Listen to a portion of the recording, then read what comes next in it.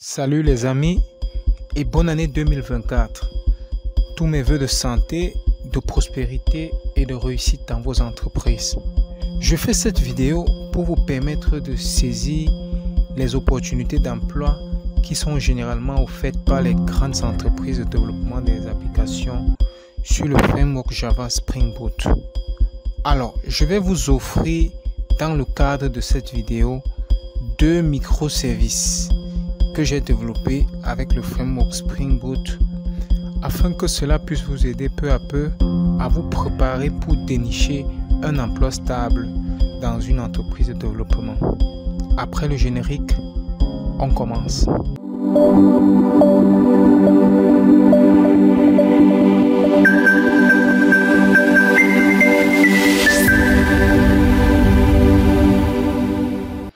Une compagnie faisant dans le transport désire offrir la possibilité à ses clients de réserver les tickets de voyage en ligne et de gérer elle-même à partir d'une microbanque les comptes de ses clients.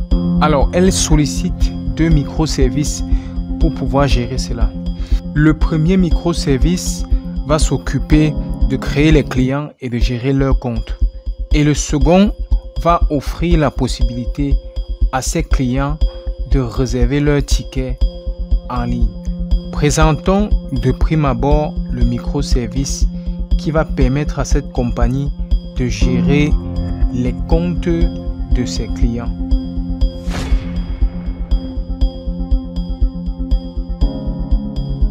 Nous utilisons l'IDE IntelliJ pour implémenter les microservices.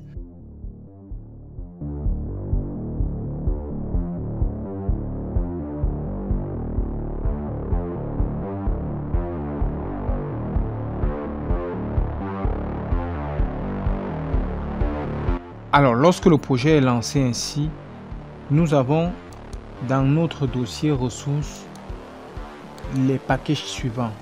Le package permettant de gérer les DTO, nous avons les entities, nous avons les enums, ensuite les exceptions, les mappers, les repositories.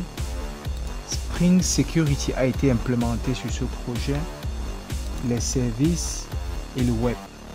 Donc ceci c'est pour exposer les ressources sur le web. Donc voilà l'organisation idéale pour les projets Spring Boot. Donc cette architecture est l'architecture la plus complète qu'il soit. Nous allons maintenant exécuter notre projet et aller le tester. Pour exécuter, nous nous rassurons au niveau de la base de données que c'est bien lancé. Le projet va automatiquement créer la base de données et les tables. Donc je lance le projet comme ceci.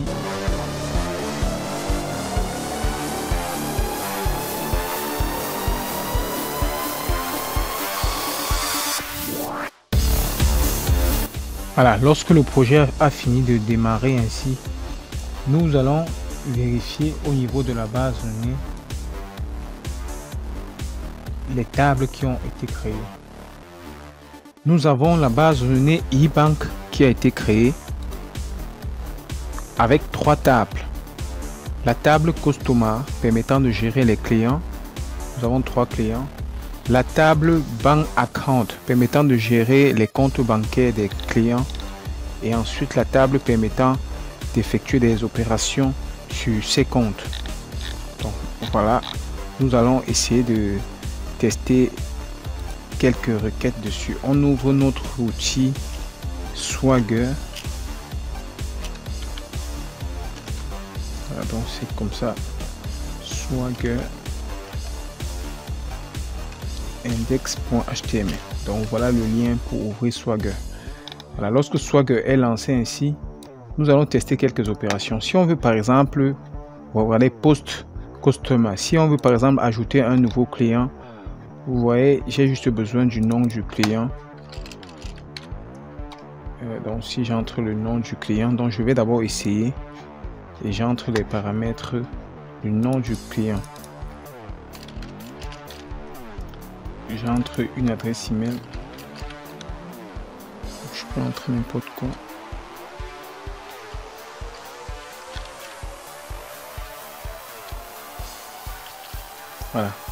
Voilà, donc c'est un peu comme si j'avais un formulaire qui est avec 2 champs. Donc j'exécute ma requête et je vais vérifier. Vous voyez, ça a créé le 4e client. Donc si on vérifie au niveau de la base de données, voilà, donc voici le client qui a été créé.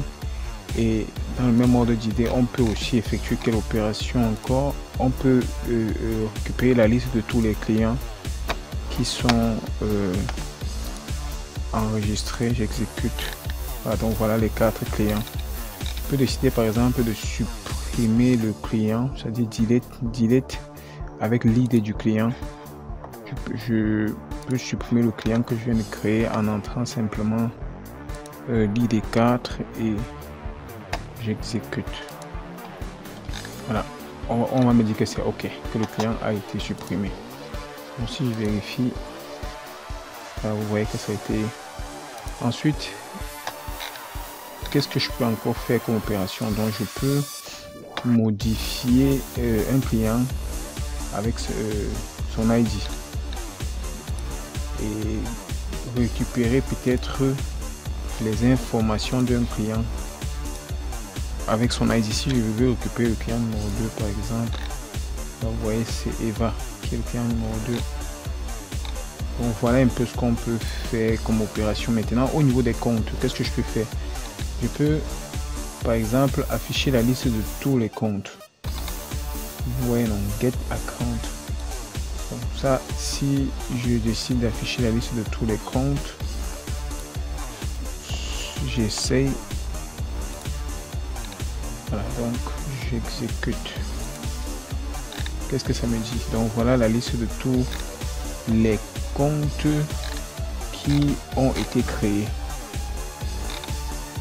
Et je peux peut-être afficher, connaissant l'idée d'un compte. Si je connais l'idée d'un compte, je peux venir ici au niveau des comptes. Voici, je prends peut-être l'identifiant du compte aussi et je vais venir renseigner cela ici. J'exécute. Vous voyez, ça va me donner seulement les informations sur le compte dont l'idée est ce que j'ai spécifié. Donc voilà un peu quelques opérations qu'on peut faire. Maintenant, si je veux par exemple afficher les opérations d'un compte particulier, donc je viens, on va me demander d'entrer le numéro du compte. Je vais afficher 5 opérations par exemple sur le compte aussi et que ça affiche pas sur une seule page. Voilà, donc voilà, ça va afficher les 5 premières opérations. Voilà les infos sur le compte et voilà les différentes transactions. 5 transactions qui ont été, les 5 premières transactions qui ont été effectuées sur le compte aussi. Donc voilà, c'est juste pour tester le fonctionnement de Spring Boot. Donc vous allez pouvoir intégrer l'outil Swagger qui est très pratique, qui est généralement lorsque vous avez déjà fini de développer vos API et vous voulez montrer comment cela fonctionne aux clients. En fait, les clients, pour tester vos API, ils utilisent généralement l'outil Swagger que vous pouvez bien documenter afin que au niveau de chacune des requêtes, que cela puisse être compréhensif. Donc voilà un peu notre application développée avec Spring Boot qui permet de pouvoir gérer et manager les comptes bancaires. Passons à présent à l'application qui va permettre à ses clients de pouvoir réserver leur ticket à distance.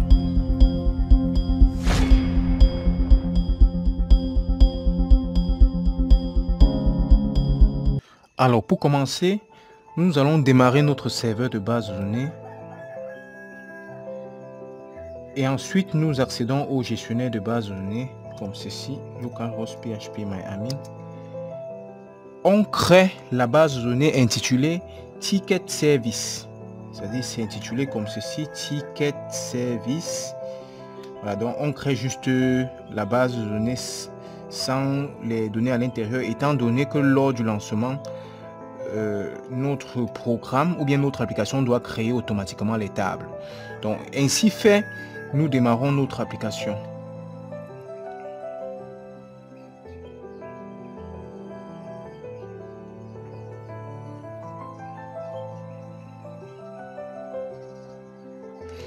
L'application en démarrant va automatiquement créer les tables qui vont être alimentées avec quelques données exemples pour essayer de simuler le fonctionnement.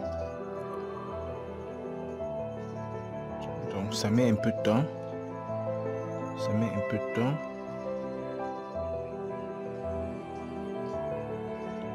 Voilà. Ok, donc l'application a été lancée sur le port 80. Donc nous allons nous rendre compte que les tables ont été automatiquement créées et que ces tables contiennent quelques données exemples pour nous permettre d'effectuer les simulations.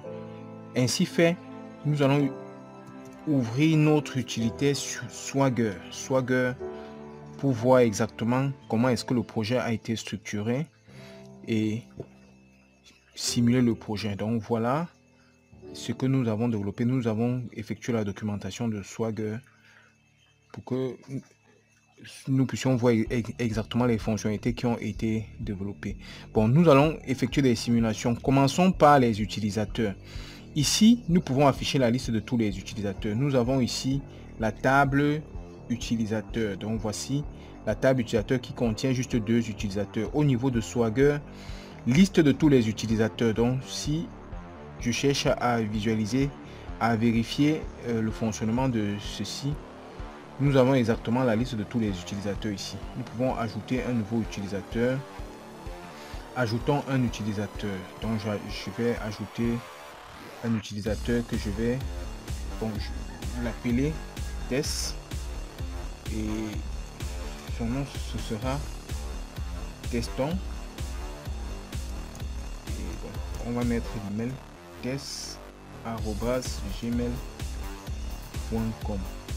Donc son mot de passe, on peut dire succès. Donc ça c'est juste pour tester le fonctionnement de tous les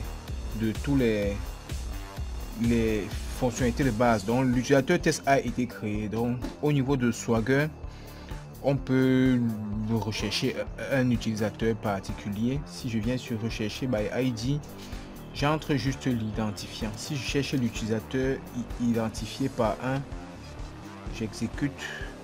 Vous voyez la recherche par ID image. Donc c'est l'utilisateur Thiofo Théophile qui est identifié par un. Donc je peux supprimer l'utilisateur que je viens de créer ou bien je peux modifier. Modification par ID. Si je veux par exemple modifier l'utilisateur 3 que je viens de créer tout à l'heure, je veux modifier simplement son prénom. Au lieu de Teston, je mets par exemple Daniel. À la place de son nom, je mets Tala. Et son email, je vais dire tadani @gmail.com. Ça c'est juste pour tester que les fonctionnalités de base marchent. Je peux mettre Tala Daniel comme le mot de passe. Donc lorsque c'est fait, je peux modifier l'utilisateur 3 que je viens de créer. Je teste et je vois la modification a été effectuée. Bon, supprimons cet utilisateur. Donc pour voir si toutes les fonctionnalités marchent, je supprime. Ça c'est suppression du véhicule. Donc je vais supprimer plutôt l'utilisateur. Pour la suppression, vous voyez, supprimer l'utilisateur par son ID. Donc la documentation a été bien faite. Donc je vais juste entrer l'ID de l'utilisateur 3 et j'exécute. Vous voyez, les fonctionnalités de base marchent sur la table utilisateur. Bon, maintenant nous allons simuler le fonctionnement de l'application. Étant donné un utilisateur créé comme ceci, on va par la suite créer les véhicules, les différents véhicules que l'application gère. Donc si je peux ici afficher la liste de tous les véhicules. Vous voyez, ça m'affiche la liste de tous les véhicules. Ça gère les cars. Donc voici la table véhicule ici. Voici tous les véhicules qui ont été affichés. Ça gère les cars, les bus, les trains, les avions, etc. Donc au départ, il faut d'abord entrer les différents véhicules que le réseau d'agence ou bien l'agence de transport gère.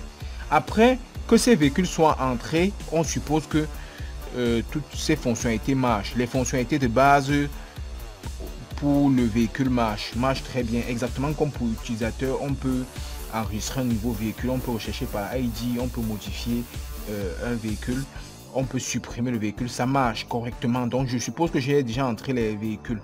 Après nous avons entré les véhicules, je dois entrer les stations, les différentes stations. C'est quoi une station?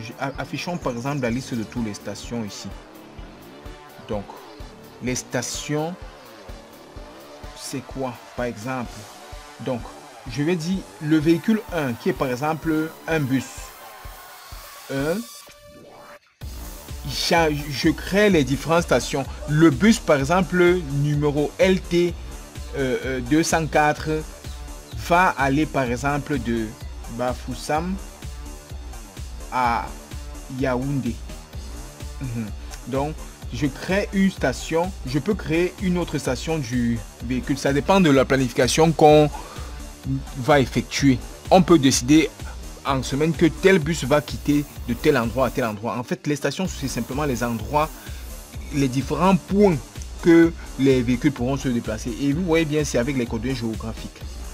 Donc ça, les coordonnées géographiques ils vont être gérées plus tard.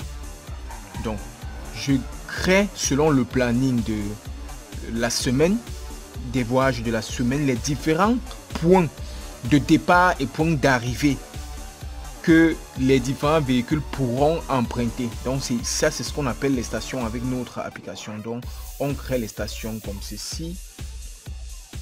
Voilà les stations. Donc que selon le planning, je sais par exemple que le véhicule 2 va quitter de la gare de Lyon à la gare de Lyon toujours. Bon, qui se trouve à la place Saint-Louis et l'autre se trouve à la rue ceci. Donc ça va se déplacer d'ici à ici. C'est dans Paris.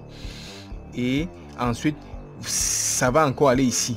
Donc ça veut dire qu'on pourra effectuer par exemple les voyages de la station ci à la station ci. Ça va faire un voyage. Donc les différents points qu'un véhicule peut emprunter, on enregistre d'abord au préalable. Ensuite, après l'avoir fait, on va maintenant créer des voyages. Donc voici des voyages maintenant. Donc si j'affiche par exemple ici la liste de tous les voyages, toutes les fonctionnalités marchent. Toutes les fonctionnalités marchent. Donc je vais simplement ici afficher la liste de tous les voyages. Et si on voit à quoi ressemble un voyage. Voici un voyage qui a été créé, quittant de la station 1 à la station 2. Donc voilà un voyage qu'on configure, qu'on a configuré, et ça aura lieu telle date à telle heure, et ça va quitter d'ici à ici, c'est-à-dire de 1 à 2, de la station 1. Donc ça va quitter de la place Saint-Louis à la rue Duquette. Ça, c'est un voyage qui a été configuré, qui a été au préalable configuré, et le prix du voyage sera tant. Le nombre de places du bus, parce que c'est le bus, il y aura 17 places disponibles. Donc voilà comment, selon le planning de l'entreprise, on crée des voyages, on préconfigure des voyages comme ceci. Maintenant, lorsque c'est fait, les utilisateurs pourront maintenant se connecter et réserver. Essayons de voir, le plus important c'est est-ce que la réservation marche correctement. Donc vérifions, c'est-à-dire que ça c'est les configurations préalables des administrateurs. Maintenant, après l'avoir fait, vérifions les réservations. Allons réserver par exemple. Donc je viens au niveau des réservations. Réservation, c'est Booking. Donc explorons toutes les fonctionnalités liées aux réservations. Donc les réservations. Ici on peut toujours simplement afficher la liste de toutes les réservations. Ça marche très bien. Et le plus important c'est réserver. Donc voilà la liste de toutes les réservations qu'on a déjà, que les utilisateurs ont déjà effectuées. Il y a 2 réservations. Effectuons une réservation, par exemple une réservation d'un voyage. Prenons un voyage, le voyage numéro 1 qui va aller de la gare de Lyon à la rue Duquette. Et le prix, ça coûte 50 francs. Moi, je veux par exemple réserver 2 places de ce voyage-là. Il y a 17 places au total disponibles. Donc, lorsqu'on va réserver, on va se rassurer que ça a mis à jour ici. Allons réserver. Donc, je viens ici. Je teste l'API de réservation, si je viens ici sur créer, permet de créer et de réserver les billets. Donc je viens réserver un billet ici. Donc vous voyez, c'est bien détaillé, la documentation est détaillée, ça explique exactement ce que la fonctionnalité fait. Donc try now, réservons. Moi, l'utilisateur 1 qui s'appelle Thiofo Théophile, réserve le voyage 1.